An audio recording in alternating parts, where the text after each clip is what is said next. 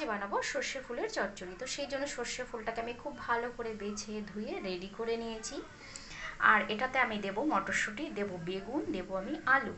তো সেই জন্য কিন্তু সমস্ত কিছু কেটে বেটে আমি পুরো ধুয়ে নিয়েছি। আর মশলায় আমি দিচ্ছি কিন্তু পোস্ত আর একটু সামান্য সর্ষে দিয়েছি,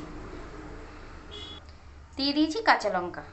কড়াইতে ফোড়নের জন্য আমি দিয়ে দিয়েছি 5 কালো জিরে আর শুকনো লঙ্কা। আর দিয়ে দিলাম এবার কেটে রাখা সবজিটাকে খুব ভালো করে আমি কষিয়ে নেব।